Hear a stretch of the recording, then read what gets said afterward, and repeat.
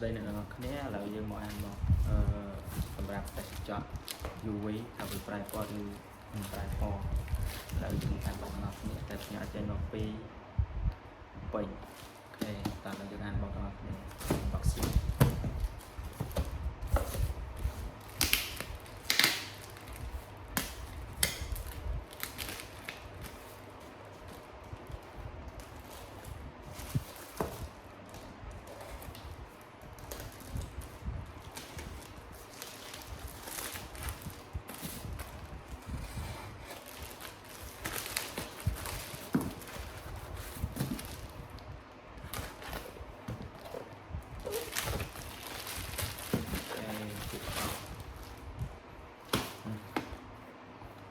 tên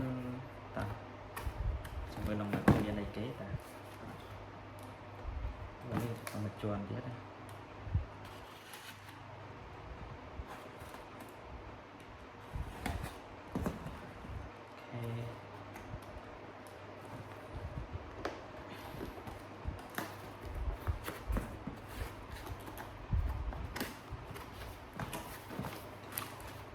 đây dương tôi là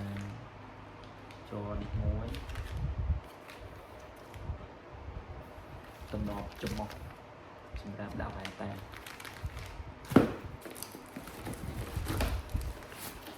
cà dược bàn